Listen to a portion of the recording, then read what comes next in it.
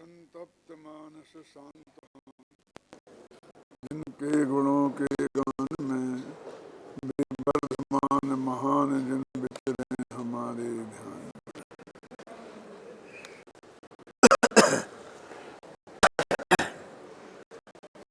समय सार परमागम की 9वीं 10वीं गाथा की चर्चा चल रही है, जिसमें निश्चय और व्यवहार श्रुत केवली की बात कही है।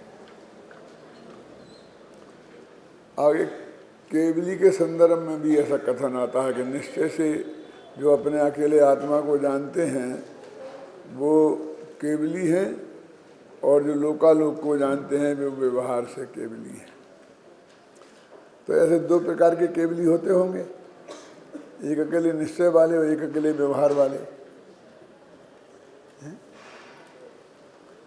और जैसा वो अपने आत्मा को जानते हैं वो पर को उसमें कुछ कमज़ोर धुंधला धुंधला जानते होंगे, क्लियर नहीं जानते होंगे, भेद सहित नहीं जानते होंगे, कोई अस्पष्टता उसमें रहती होगी।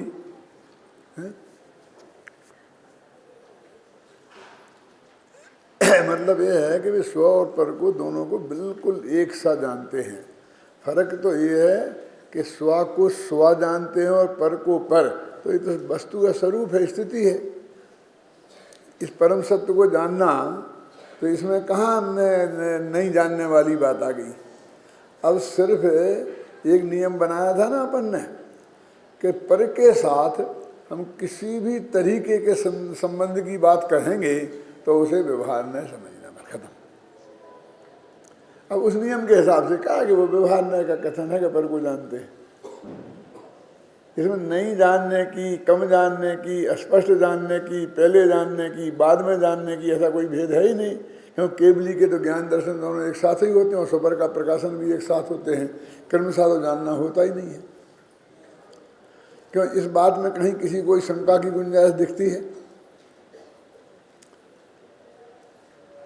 मैं सिर्फ ये कहना चाहता हूँ कि हमने स्व और पर के जानने में जो अंतर डाल रखा है, और वो भी सिर्फ इसलिए क्योंकि उसे व्यवहार कहा है, और व्यवहार के बारे में ज़रा हमारी राय अच्छी नहीं है। क्या क्यों मोहनलाल जी? तो वो बिल्कुल नहीं, व्यवहार तो सिर्फ एक कारण से कि वो पर जो परिभाषा बताई ना और उपचरित में डाला फिर, क्योंकि वो दूर का आलोकाकाश तो कितनी दूर है, एक क्षेत्रावगाह भी नहीं है, किसी भी तरीके से संभव ही नहीं है कभी, इसलिए उसे व्यवहार कहा। अब व्यवहार वही उपचरित सद्भुत व्यवहार, ऐसा भी हो सकता है, वो तो सद्भुत है, कौन ज्ञात्मा में ज्ञान दर्शन है, उसमें तो कोई अंतर पड़ गया नाम में, इसमें तो नहीं है ना फर्क कि बिल्कुल परम बिल्कुल पक्की सच्ची बात है, फिर भी व्यवहार कहा। और एक ये अलोकाकाश मेरा है, स्त्री पुत्र मेरे हैं, मकान जायदाद मेरे हैं, ये परम असत्य बात भी उसी ने से जनवाणी में कही है। अब ये जो खतरा है, ये सावधानी आप नहीं रखेंगे तो समझ लेना गई गाड़ी काम से।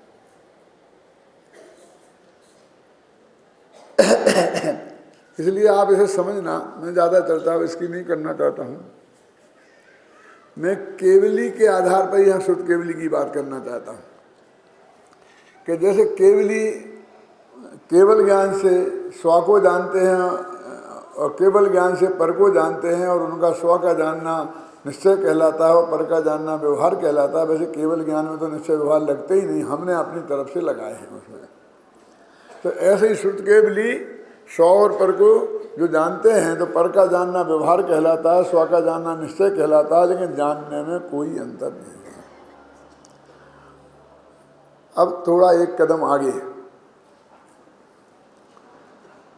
जो द्वादशांग के पाठी हैं,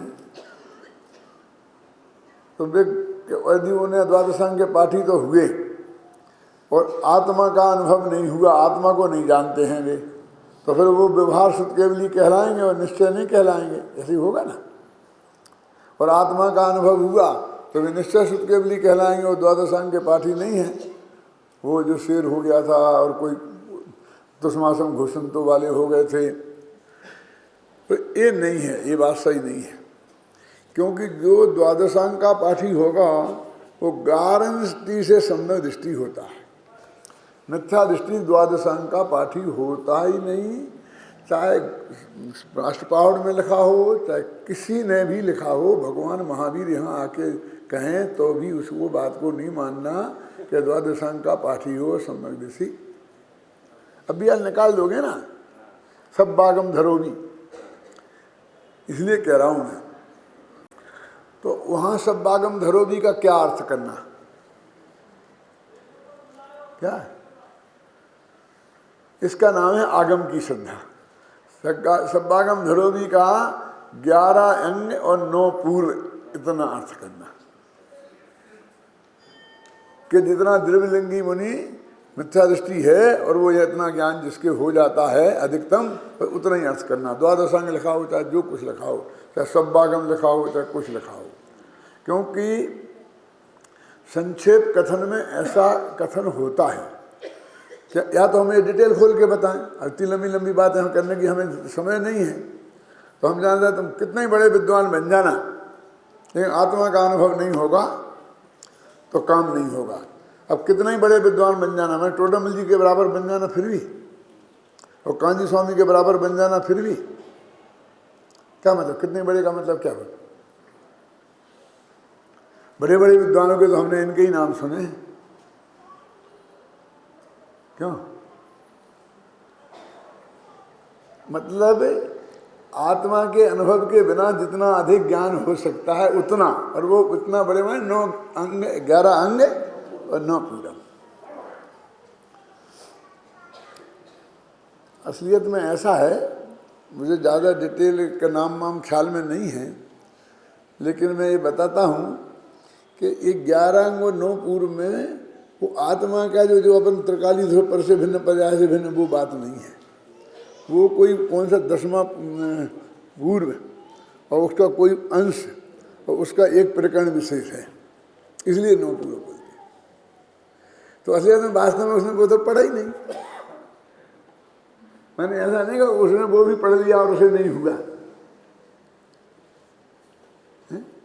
अब तुम जैन धर्म के कितने ही बड़े विद्वान बन जाना, गोमरसा धबला और महाधबला के टीकाकार और कितने ही बड़े, आप समझेंगे ना आपने, और समय सार खोल के ही नहीं देखा हो, रतन सार खोल के ही नहीं देखा हो तो मात्र का चार और मायाचार में उलझ के रह गए हो, अपदेश सुत्त मध्यम में उलझ के रह गए हो।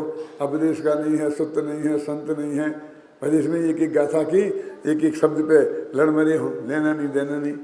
बाकी समय सार पूरा क्या कहता है उस पर ध्यान नहीं दिया हो तो वो तो नहीं पढ़े के बराबर ही है। अब थोड़ा एक कदम और आगे, जो व्यवहार शुद्ध केवली होगा वो गारंटी से निश्चय शुद्ध केवली होगा। द्वादशांग का पाठी होगा और आत्मानुभवी नहीं हो, ऐसा हो ही नहीं सकता। झूठी कल्पना करने से क्या लाभ है? देखो कुछ लोग क्या करते हैं, एक महात्मा जी यहाँ बैठे हैं, एक गाय वहाँ से भागते भागते गई है और पीछे पीछे कसाई दौड़ता आ रहा था, और कसाई ने महात्मा जी से पूछा कि गाय इन 2 रास्तों में से किस रास्ते पे गई है। 2 रास्ते जैसे जाते थे ना, तो यदि वो सत्य बता देते तो गाय को पकड़ के ले जाके वो काट देता, तो हिंसा का पाप होता।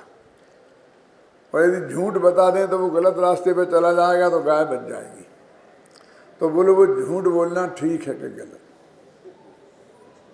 वो झूठ बोलना सही है। पर ऐसी बेवकूफ़ी की बातें करते बहुत पंडित आपको मिल जाएंगे।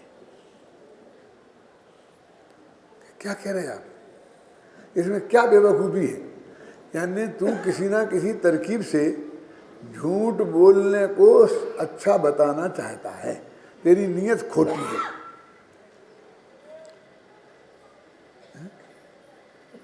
यानी झूठ बोलना भी किसी पोजीशन में धर्म हो सकता है, आप समझे ना? ये सिद्ध करना चाहता है, और ये बात बिल्कुल रॉन्ग है, इसलिए कहता हूँ बेवकूफ़ में उसे।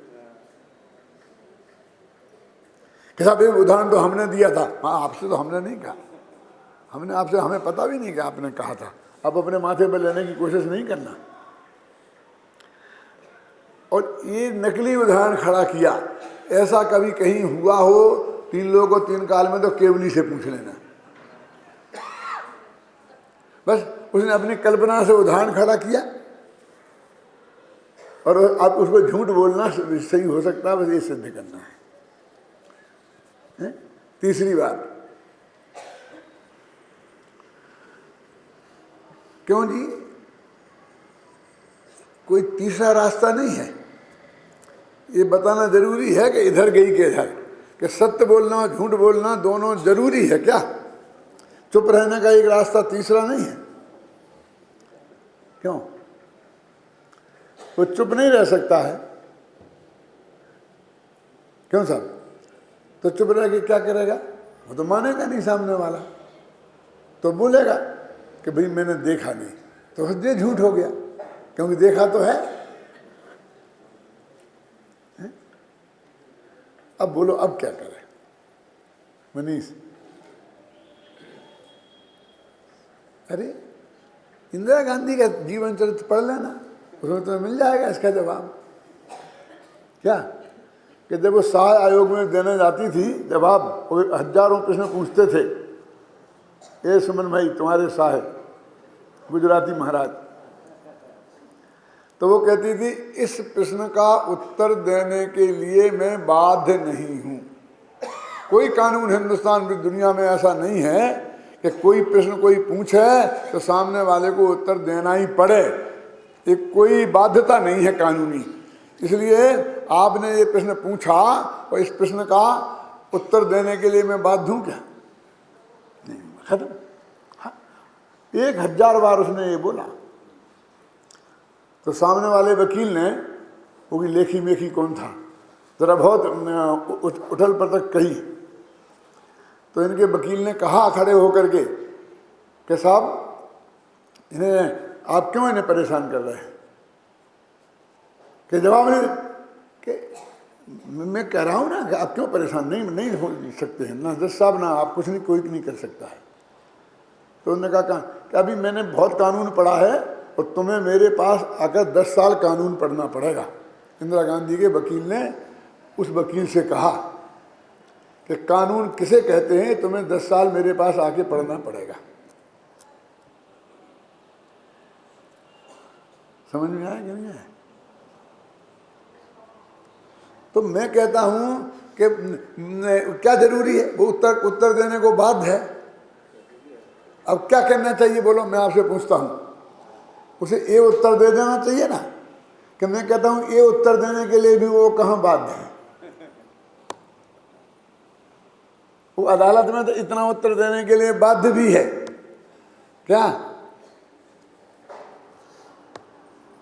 लोकसभा में प्रश्न किया कि पाकिस्तान की सेना इतनी तगड़ी है, तो अपनी सेना में कितनी क्या क्या चीज़ें हैं, जनता डिटेल जानना चाहती है, इससे उसको थोड़ा विश्वास जागृत हो।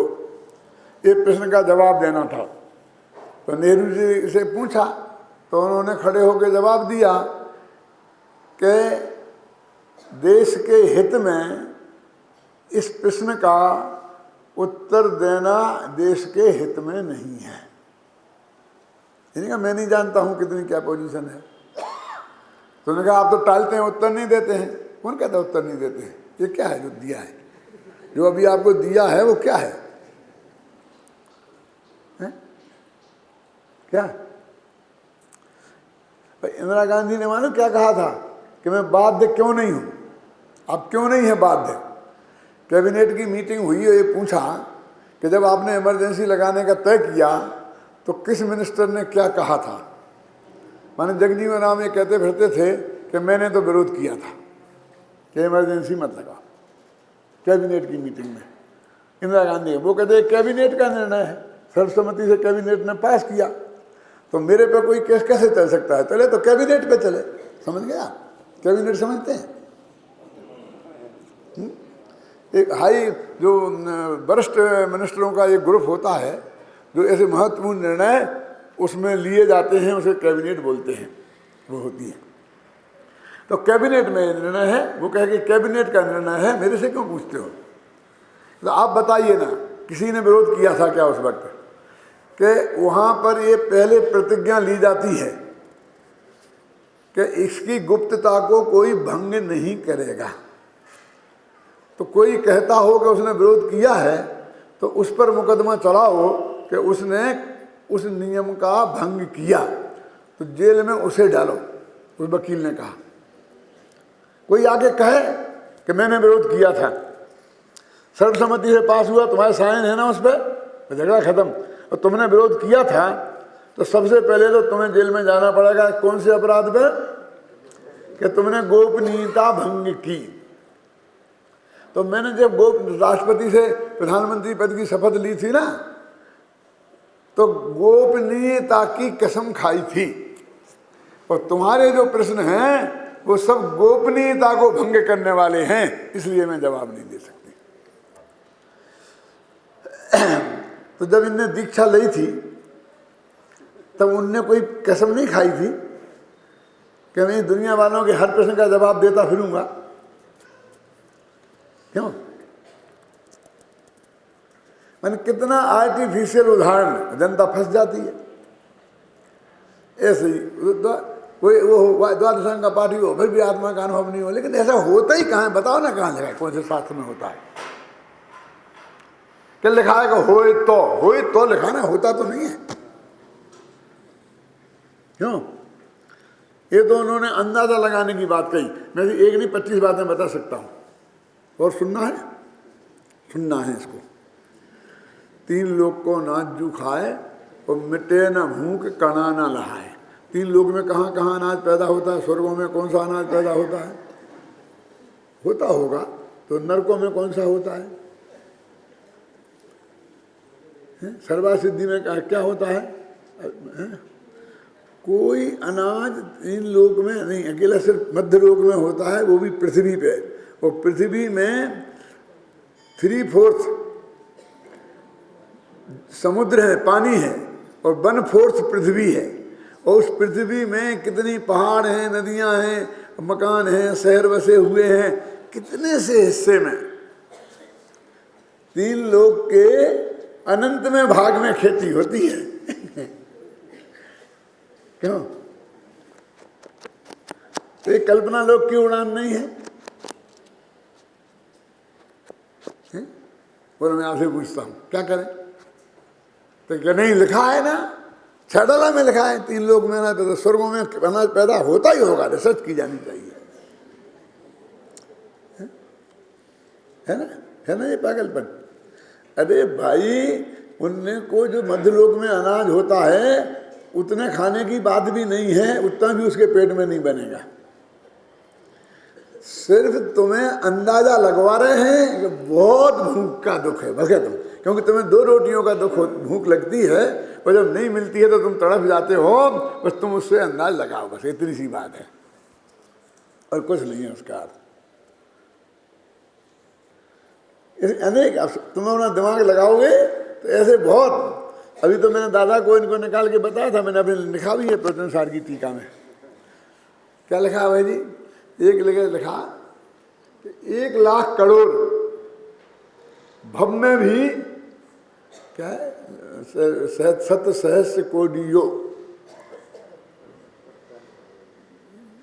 तपश्चर्या करे तो उसके जितने कर्म झरते हैं, अज्ञानी के क्षण में उतने, ज्ञानी के क्षण में त्रिगुप्ति से उतने झड़ जाते हैं। पढ़ा क्या नहीं पढ़ा आपने? अब एक जगह लिखा ये 100,000 करोड़, 7 सहस्र करोड़ कितने हो गए?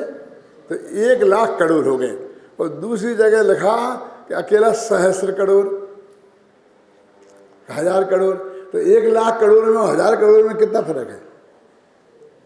बोलो लगाओ, कौन सच्चा है? मेरा मतलब समझ गए ना, इतना फर्क है। और छाडला में क्या लिखा है? कोटि जन्म तप तपे ज्ञान बिन कर्म झरे जे, ज्ञानी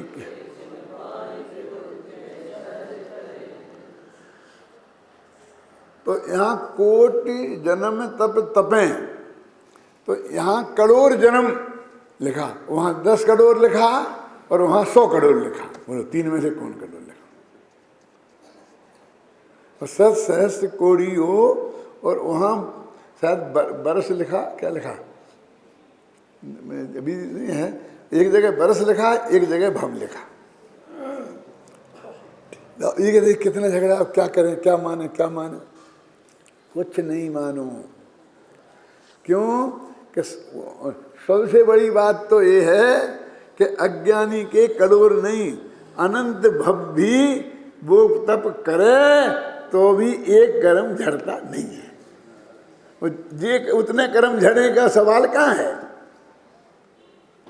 और इनके त्रिगुप्तित्व अंतर्भूत में सब झड़ जाते हैं, तो उनसे तुलना ही कहाँ होती है? और ये लिखा ना, झड़े जे झड़े ते, उतने झरने की बात करते हैं। समझ में आया ना? तीसरी बात कि इतने भव लिखा ना, और उसमें भव लिखा, तो तब तो होता है सिर्फ मनुष्य गति में, क्योंकि साधुओं के तपस्वियों उन्हीं को ही कहा जाता है ना। तुमने उपवास कर लिया, उसका नाम तप नहीं है। देवगति में तो तप होता ही नहीं है, चौथे गुण स्थान से आगे नहीं होते, नारकी में भी नहीं होते हैं, त्रिंजय में भी 5 में से आगे नहीं होते, मनुष्य गति में होते हैं।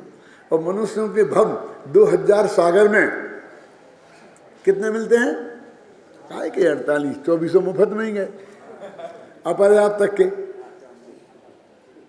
अब उतने भव मिलेंगे तो इतने भवों तक करे, तो इतने भव अब समझ लो कितने काल में होंगे।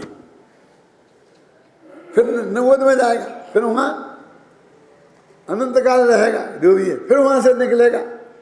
गुरुदेव के प्रवचन में कल परसों आया था, अनंत भी 2 तरह के होते हैं, एक बेअनंत जिनका अंत हो जाता है, और एक बेअनंत जिनका अंत नहीं होता है। सुना था? अर्धपुद्गल परावर्तन भी अनंत है, लेकिन उसका अंत हो जाता है। क्यों? क्योंकि एक दफे सम्मत दृष्टि से मिथ्या दृष्टि बन जाए तो फिर अर्धपुद्गल परावर्तन के भीतर भीतर द्वारा सम्मत दृष्टि बन के वो गारंटी से मुक जाएगा। यही है ना? तो अर्धपुद्गल परावर्तन अनंत है, तो अनंत कहीं अंत नहीं आया तो फिर कभी नहीं जाएंगे, अर्थ हो जाएगा ना। उस आएगा अंत, आएगा कि नहीं उसका? है? चौथी बात कि वो जो बरस लिखा है वो सही है कि भव सही है?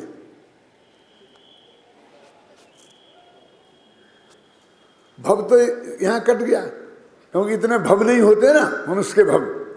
और बरस तो एक मनुष्य भव में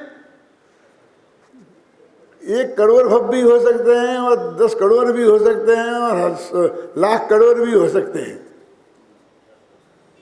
हो सकते कि नहीं हो सकते हैं?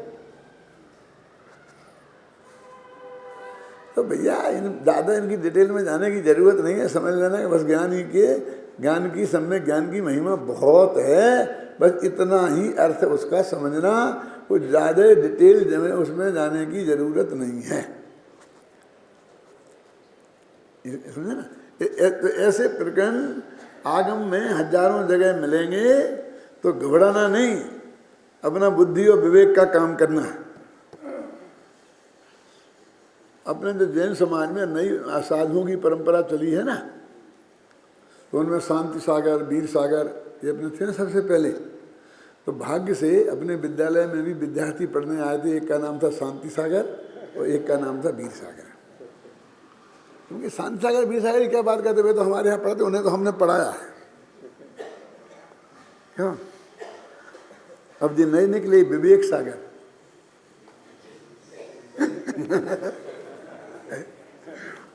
लेकिन वो वैसे सागर नहीं है जी। विवेक नाम है और सागर गांव का नाम है।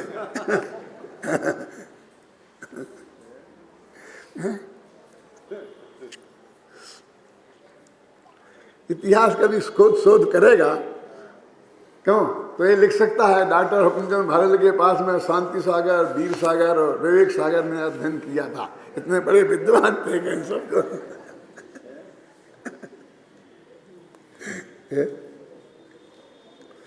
जो है ना पत्थरों से खोज करने वालों की खोज ऐसी ही होती है, हैं? तो कुछ पता तो होता नहीं है कि एक पत्थर में कुछ लिखा निकल आया, बस उनके लिए भगवान की वाणी हो गई, सर्वज्ञ की वाणी का उन्हें कुछ पता नहीं है। तो ये विवेक से निर्णय करना पड़ेगा। यहाँ पर जो अपनी बात कर रहे हैं ना कि कोई भी द्वादशांग का पाठी मिथ्या दृष्टि होता ही नहीं, इसलिए जो व्यवहार से श्रुत केवली है वो निश्चय से श्रुत केवली तो है ही। अब उल्टा लगाओ कि जो अपने आत्मा को जाने वो निश्चय श्रुत केवली, यदि यही परिभाषा सही है और उसमें व्यवहार केवली की उपस्थिति अनिवार्य नहीं है, तो ऐसा हो सकता है कि कोई निश्चय शुद्ध केवली हो, व्यवहार शुद्ध केवली नहीं हो। क्यों? समझ तो लाखों है कि नहीं?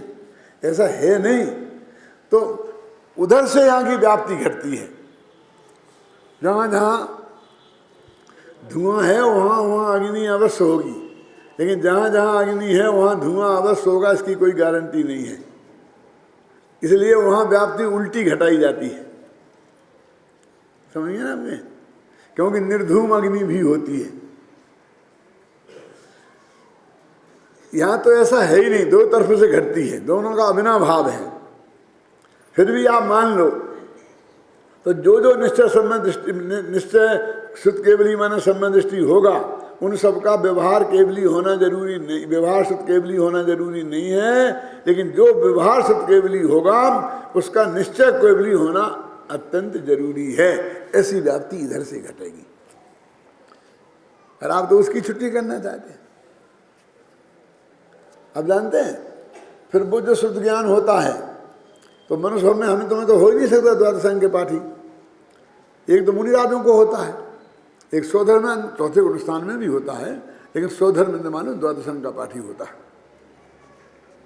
तो चौथे गुणस्थान में भी द्वादशांग के पाठी होते हैं, लेकिन मनुष्य में नहीं।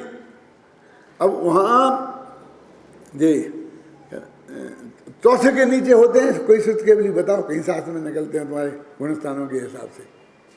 तो चौथे से नहीं होते तो संबंध दृष्टि तो है ही ना वे, ये नक्की हो गया ना। इसलिए मेरे कहने का मतलब ये है कि ये जितना भी कथन है वो सिर्फ महिमा वाचक है। मैंने ये लिखा है, और कौन सी गाथा है, 200 कुछ गाथा है प्रत्यंसार की, और उस गाथा के में वो बस भव सहस्र कोटि यो है ना। करो, बोलो जोर से बोलो।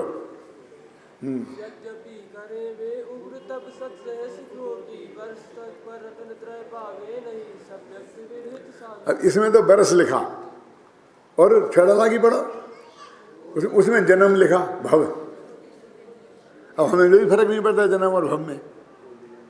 कोटि जन्म तब तपे ज्ञान बिन कर्म झरेंगे, हम तो ठोक के जाते हैं। देखो जय लिखा, जय लिखा, इसमें लिखा, इसमें लिखा, लेकिन भैया वो जन्म लिखा, उसमें भव लिखा, उसमें बरस लिखा। बरस तो एक बरस में ही एक बरस होगा, समझ गए ना? लेकिन भव तो एक बरस में भी अनंत हो सकते हैं, निगोदिया के होंगे, लेकिन मनुष्य के भी गिनोगे तो भी मेरे कहने का मतलब अनेक भव हो सकते हैं। 84 लाख पूरब की आयु थी ऋषभदेव की, समझे ना? तो उसमें बरस तो इतने ही थे, 84 लाख पूरब, ख्याल में है ना? तो ये बहुत जरा सी जाओगे तो ये व्यवहार के जो वचन होते हैं, महिमा वाचक वचन बोलते हैं इन सबको। और आप एक शब्द को ये महिमा वाचक कथन है, बस खत्म। इसको ऐसा गणित के हिसाब से ऐसा नहीं मिलाया जा सकता है। क्यों? ये तो वैसा ही कथन है कि देवताओं में ये तय हुआ कि देवता तो हिंदुओं में 33 करोड़ हैं और सबकी पूजा होनी चाहिए, वो अपने अभी कम थोड़ी हैं। 24 हैं, फिर 20 हैं, फिर पिछली 24, फिर अगली 24, फिर 772 हैं, फिर अकीर्तन 43 के कितने कितने। अब किसकी करें, कब करें, बहुत बहुत चक्कर है ना।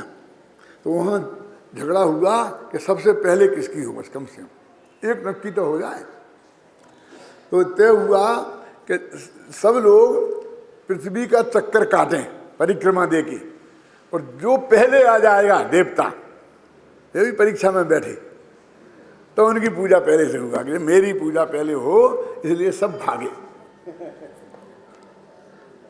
अब कोई का तो मालूम शंकर जी का नादिया सवारी थी, और किसी की वो बेनते बोलते, बेनते क्या बोलते, बाज सवारी है किसी की कुछ है।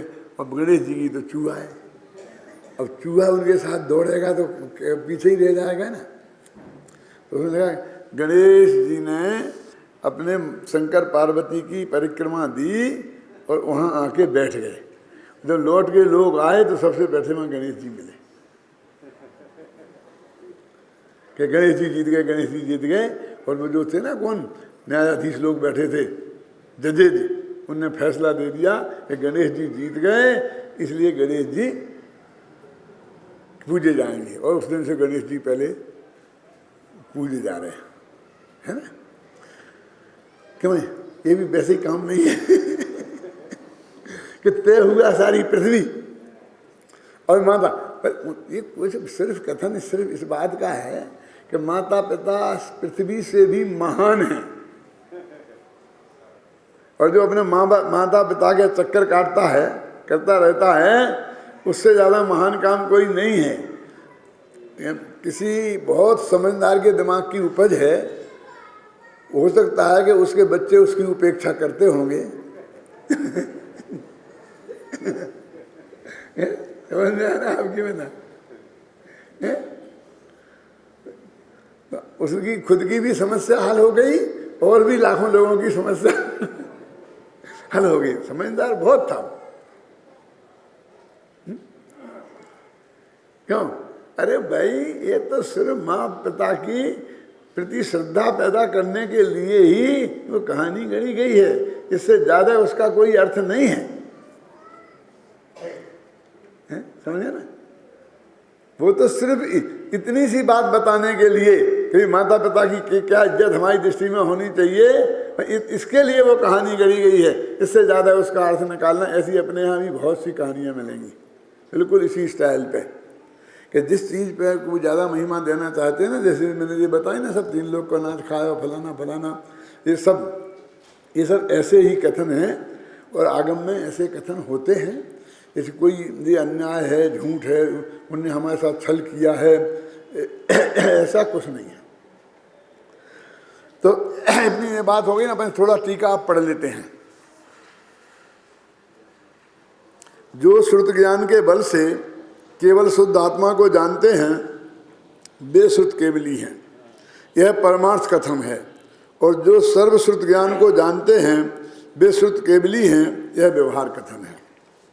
अब यहाँ विचार करते हैं कि उपयुक्त सर्व ज्ञान माने द्वादशांग, आत्मा है क्या अनात्मा? अनात्मा कहना तो ठीक नहीं है, क्योंकि जड़ अनात्मा तो आकाशादि 5 द्रव्य हैं, किंतु उनका ज्ञान के साथ तादात्म्य नहीं है। अतः अन्य उपाय का अभाव होने से ज्ञान आत्मा ही है, यही सिद्ध होता है। इसलिए यह सहज ही सिद्ध हो गया कि सर्वश्रुत ज्ञान भी आत्मा ही है। तो बस निश्चय व्यवहार कोई हो गया थे। सर्वश्रुत ज्ञान को जाना तो आत्मा को जाना, आत्मा को जाना तो सर्वश्रुत ज्ञान को जाना। अपने द्वादशांग को सारे यही है, यही जिनवाणी उचलो है, तो हमारा प्रयोजन तो सिद्ध हो गया ना। द्वादशांग पढ़ करके भी ये आत्मा को जानते हैं, तो हमने आत्मा को जान लिया। ऐसा सिद्ध होने पर पारमार्थिक तथ्य सहज ही फलित हो गया कि आत्मा को जो जानता है वही श्रुत केवली है। ये दोनों ही में वही निश्चय वही व्यवहार वो कहते हैं, है ना। इस प्रकार ज्ञान और ज्ञानी के भेद से कथन करने वाला जो व्यवहार न्याय है कि श्रुत ज्ञान और वो ज्ञानी, उससे भी मात्र परमार्थ ही कहा जाता है, अन्य कुछ नहीं। तो व्यवहार निश्चय का प्रतिपादक कैसे है, ये बताने का इसका उत्तर है। उसमें ये प्रश्न था कि ये ऐसे है। क्यों कि हम आत्मा को जानो, आत्मा को जानो, आत्मा को जानो, अपन कहते रहे सुनना साहब, हमने ये मान ली आत्मा के जाने बिना अनंत सुख की प्राप्ति नहीं होगी, रंच मात्र भी दुख घटेगा नहीं, नरक नगोद में अनंत काल तक भटक पड़े। अब खत्म करो ना इस बात को। हमने मान लिया ना कि आत्मा का जानना ही सर्वाधिक महत्वपूर्ण है, उसके बिना हमारा काम नहीं होगा। अब हमारे दिमाग में ये बात बिल्कुल जम गई और हमें स्वीकृत है। अब और लंबा भाषण देने से क्या जरूरत है?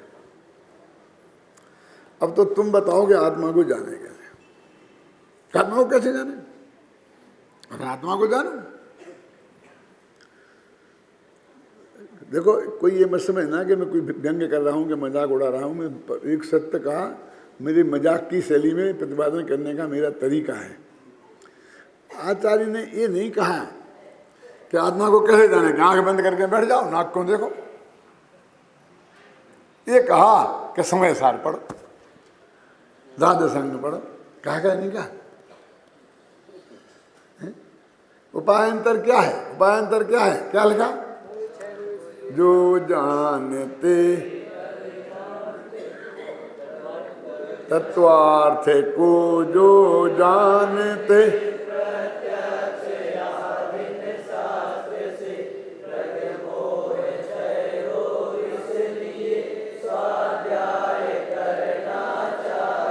कहा ना, वही बात। वो जो ध्यान करने की बात कहते हैं वो भी आत्मा को जानने के लिए ही कहते हैं। हमारा इतना ही फर्क है कि ध्यान आत्मा को जान लेने वालों को होता है, समझना। वो आत्मा को जानने के लिए ध्यान की बात करते हैं। जानने के लिए तो स्वाध्याय करना चाहिए, देखा ना। अब क्यों? ध्यान की परिभाषा क्या है? जानना वह ज्ञान है, और उसी चीज को निरंतर जानते रहना उसका नाम ध्यान है। तो ज्ञान के रिपीटिशन को ध्यान कहते हैं। तो एक दफा जानना वो ज्ञान, और लगातार जानते रहना वो ध्यान। और तुम्हारे न्याय शास्त्र में क्या कहेंगे उसे? धारावाहिक नाम का दोष। वो ज्ञान का दोष है, सम्यक ज्ञान का है कि नहीं? अभी उसमें डिटेल में नहीं जाऊंगा क्योंकि मेरे पास सिर्फ 5 मिनट हैं। लेकिन इतना तो नक्की है ना कि आत्मा को जानना वो सम्यक ज्ञान, और आत्मा को जानते रहना वो ध्यान। बस इसके अलावा कुछ और है? तो फिर वो जानना पहले होगा कि जानते रहना पहले होगा? तो जानने के लिए ध्यान करेंगे कि जानने के बाद ध्यान होगा? बोलो। जानने के लिए तो अध्ययन किया जाता है। तो जानते रहने का नाम ध्यान है। और टोडरमल जी ने उसमें लिखा है रहस्यपूर्ण चिट्ठी में कि जब आत्मा का अनुभव होता है तो जितना ज्ञान पहले था उससे कुछ विशेष ज्ञान नहीं होता है। बाद में जब लौट के आता है ना आत्मा से बाहर निकल के, तो उतना ही ज्ञान होता है जैसे जितना वो पहले जानता था। वहां तो अकेली सील लगती है।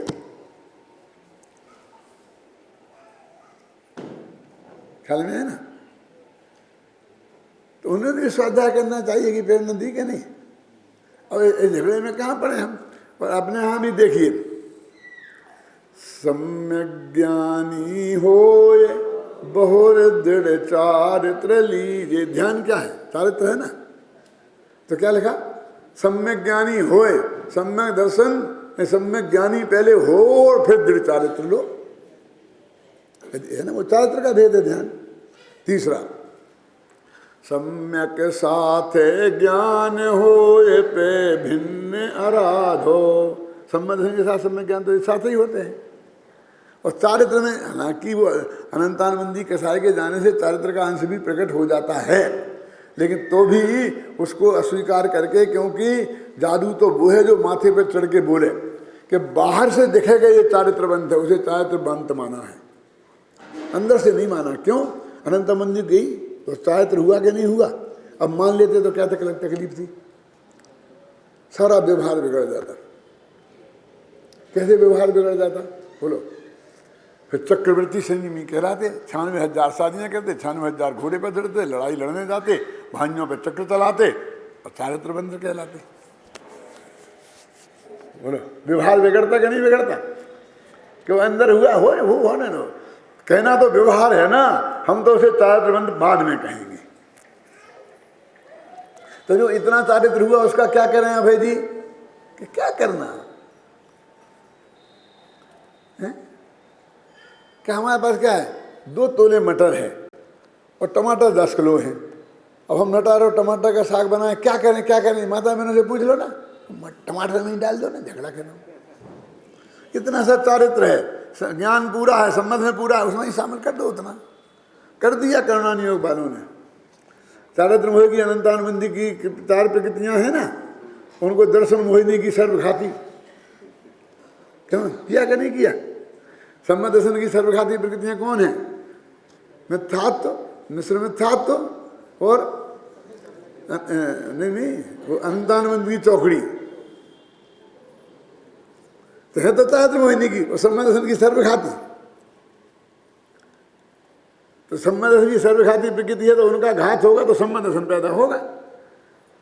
तो वो उतना जो चारित्र है, उतनी जो आत्मलीनता है, उसको उन्होंने सम्यक दर्शन और सम्यक ज्ञान में शामिल कर दिया और उसका नाम रखा सम्यक ज्ञान है। वो जो अपने 10 दाने डाले ना काय के, मटर के, टमाटर की सब्जी में, तो सब्जी काय की बनी थी यार भैया? मटर की, टमाटर की? अरे यार तुम तो गजब करते हो। एक होटल में कुछ जीमने गए लोग, तो उन्होंने कहा क्या है खाने में? कि सब है साहब, चपाती है, ये है, चावल है। कि सब्जी क्या है? तो उन्होंने कहा कि आलू और अंगूर की मिली हुई सब्जी है। क्या? कद्दू और अंगूर, कद्दू और अंगूर की मिली हुई सब्जी है। तो उन्होंने कहा कद्दू कितना होगा उसमें और अंगूर कितना होगा? क्या? आधा आधा। समझ? तो बहुत खुश, आधा कद्दू और आधा अंगूर। जब खाने बैठे तो कद्दू ही कद्दू दिखे, तो कद्दू इतना बड़ा तो उसका आधा।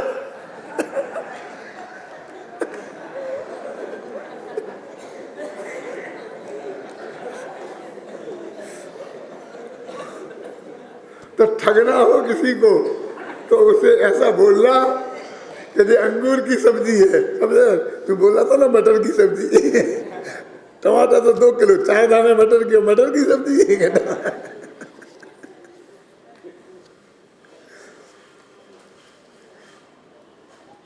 जो वेस्टर्न फिलोसफी है ना दादा, आपने भी पढ़ी होगी, उसमें एक बहुत मार्मिक वो शब्द आता है। वो 4 वाक्य होते हैं, वो वाक्य, ऐसे वाक्य होते हैं।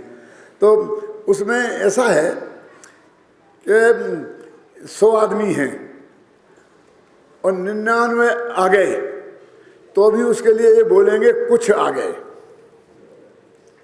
और 1 आया तो भी उसके लिए बोलेंगे कुछ आ गए। 100 ही आ जाएंगे तो बोलेंगे सब आ गए, और कोई नहीं आएगा तो उसे बोलेंगे कोई नहीं आया। 3 वाक्य हुए ना, 1 वाक्य और होता है ऐसा। तो वो कहते हैं कि वो बीच वाला वाक्य बहुत खतरनाक है।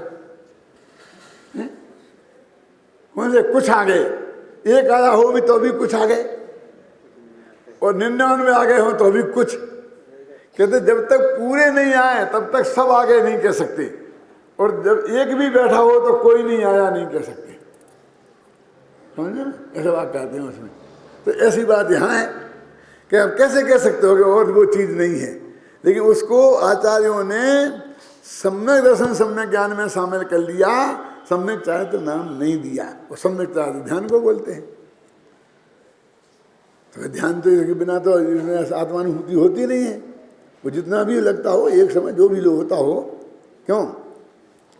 तो हमने कहा ना कि हमारी इस सब्जी में चारित्र भी मिला है थोड़ा सा, तो वही मिला है। तो वही वो आत्मानुभूति वाला साथ, जैसे चारित्र, जब चारित्र नहीं कहते तो ध्यान कैसे कह सकते हैं? जब उससे भी चारित्र नाम नहीं दिया, समझना मेरा, तो इसका नाम ध्यान कैसे दे सकते हैं? फिर इसका नाम हम आत्मानुभूति कहेंगे और कोई भी नाम देंगे, सामायिक जो भी नाम देंगे वो देंगे, लेकिन वो चारित्र के अंदर हमने कह दिया चरित्र मोह बस लेस न संयम। जब संयम लेस नहीं है तो ध्यान भी नहीं है। क्यों? कि ध्यान तप है और संयम चारित्र है। आप जानते हैं संयम पहले होता है और तप बाद में होता है। ये भी बहनें समझ ले, उपवास तुम्हारे कुछ नहीं है। संयम हो ना, अणुवृत महावृत महावृत तप होता है। तप में और संयम में क्या फर्क है? जो मुनियों को अनिवार्य हो वो संयम, जो ऑप्शनल हो वो तप। तप करें ना करें, कम करें ज़्यादा करें, कोई प्रतिबंध नहीं है। लेकिन संयम में 28 होंगे तो 27 नहीं चलेंगे। आप समझिए ना? तो वो तो तपस्या संयमी के होता है तप। तो जब संयम ही नहीं है तो तप कहाँ से आएगा? सब तप कहिए जा रहे हैं, और तप के जब वो बोले आए क्या फर्स्ट क्लास फर्स्ट आ गए तब में, और जो रामलीला मैदान में इनको सर्टिफिकेट मिल गए तपस्वियों के सम्मान में, इनका सम्मान हो गया। और स्वाध्याय भी तब है, हम कर करके साथ जिंदगी भर हो गई, कम से कम तपस्वी के नाते तो कोई सम्मान हमारा नहीं हुआ आज तक। तो वो अब समझ गए ना, उसमें ध्यान नाम क्यों नहीं है भगवान जी। सोचो गंभीरता से, सब बात ख्याल में आएगी। तर्क और युक्ति से समझने का, कोई पक्ष विपक्ष की बात नहीं। यदि आपने पक्ष विपक्ष के बाद में किसी ने चिंतन किया और उसको आने से प्रतिबंधित किया तो बहुत बड़े घाटे में ये जनता रहेगी। मेरा पॉइंट समझ गया क्या कह रहा हूँ मैं, कि जो इसके विरुद्ध जाएगी, जो उसके विरुद्ध जाएगी, वो इसके विरुद्ध जाए, मेरे बाप के विरुद्ध जाए, लेकिन यदि वो सत्य है तो वो चिंतन बाहर आना चाहिए। क्यों? चक्रवर्ती तुम्हें मरे तो नियम से नरक जाए, कि शांतनाथ भी चक्रवर्ती थे, अभी शांतनाथ पे गोली नहीं लगेगी, और लगेगी तो लग जाए। परम सत्य है क्या नहीं? बहुवारम परिग्रह नारक आयुषा, ये सत्य है क्या नहीं? कि तत्वा सूत्र में से सूत्र को निकाल दें, कि इसका अर्थ करना बंद कर दें? बोलो। कहने का अर्थ ये है कि वो जो बात कही जा रही है उसकी सत्यता पर गंभीरता से विचार किया जाना चाहिए। यदि कदाचित आपको ऐसा भ्रम है भी कि किसी के राग देश से कही, तो उसका राग देश उसके साथ, उसका पुण्य पाप उसके साथ, नरक में वो जाना होगा, वो जिसके पास जाएगा सो जाएगा, जो होगा उसका हो जाएगा। लेकिन वो बात की सच्चाई पे विचार करना चाहिए, और यदि आपको सत्य लगे तो स्वीकार करना चाहिए, नहीं लगे तो नहीं करना चाहिए। और उस पर प्रतिबंधित नहीं किया जा सकता, नहीं किया जाना चाहिए, नहीं तो जिनवाणी के साथ धोखा होगा, सर्वज्ञ की वाणी के साथ धोखा होगा कि ये रहस्य आपके ख्याल में आया तो आपने जगत के जीवों को क्यों नहीं बताया।